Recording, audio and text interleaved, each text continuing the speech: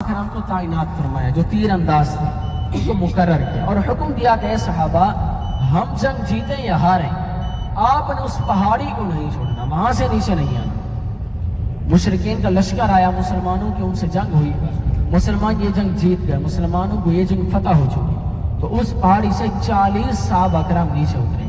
بعض روایات میں آتا ہے کہ 38 صحابہ کرام نیچے آئے۔ تب حضرت خالد بن ولید رضی اللہ تعالی عنہ اور حضرت ابو سفیان رضی اللہ تعالی عنہ انہوں نے اسلام قبول نہیں کیا تھا، مشرکین مکہ میں سے تھے۔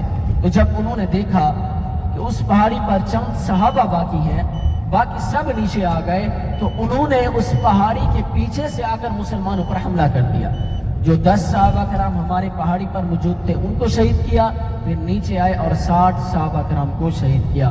ٹوٹل 70 صحابہ کرام ہمارے اس غزوہ میں شہید ہوئے، جن میں حضور علیہ السلام کے پیارے چچا حضرت سیدنا امیر حمزہ رضی اللہ تعالی عنہ بھی تھے، اور ان 70 صحابہ کرام کو حضور علیہ السلام نے احد کے دامن میں ہی مدفون کیا۔ تو انشاءاللہ وہاں پر سب ایک ساتھ چلیں گے، شہداء کو سلام پیش کریں گے، فاتحہ پڑھیں گے انشاءاللہ، اور سب نے ایک ساتھ رہنا ہوگا انشاءاللہ۔ میں آپ کے ساتھ جاؤں گا سب کے۔ ابھی پہلے قبلتین جی پہلے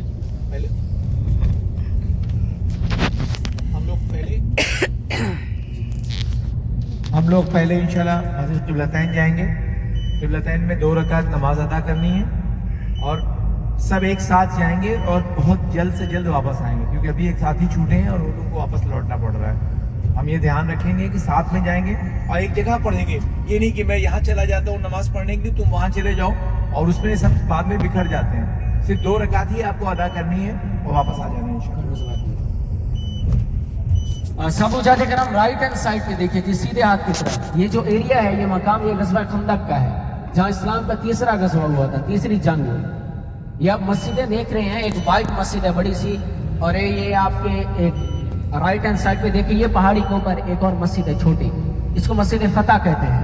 تو یہاں پر جنگ کے دوران حضور علیہ السلام کا خیمہ مبارک تھا، اور یہ جو پہاڑ آپ نے دیکھا ہے، یہ پیچھے پہاڑ ہے، اس کو کہتے ہیں جبل سلا۔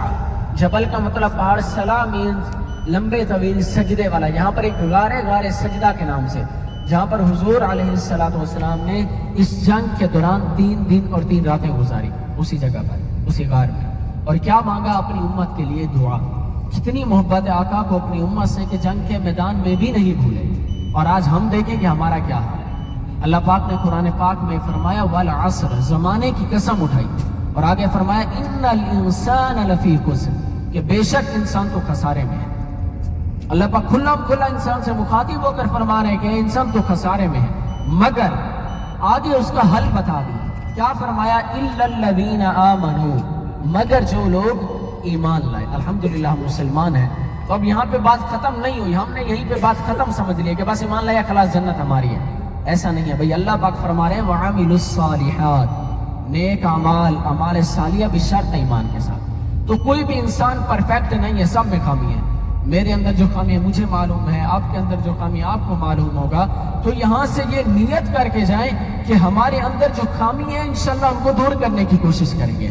ہمارا مقصد نہ بیت اللہ کے چکر لگانے تھے، نہ سبز گنبد کا دیدار کرنا تھا، مقصد نہیں۔ ہمارا مقصد کیا ہے کہ یہاں سے سرکار کی سیرت کو لے کر جائیں، جیسے کہ انہوں نے زندگی گزاری اور گزارنے کا حکم دیا۔ جو زندگی گزر گئی سو گزر گئی، جیسے بھی گزری، پر اپنی بقیہ زندگی سرکار کی سیرت کے مطابق ڈھالنی ہے۔ تو کوشش کریں گے نا صاحب انشاءاللہ۔ دوبارہ زیارت کر لیجئے، یہ آپ کے الٹے ہاتھ کی طرف غزوہ خندق کا مقام ہے سارا۔ تو انشاءاللہ ابھی مسجد قبلتین پہنچیں گے۔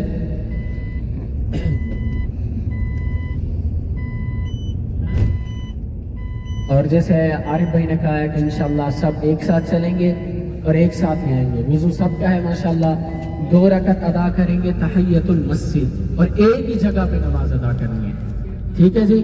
ابھی میں ماشاءاللہ لیڈیز کو لے کے گیا تھا۔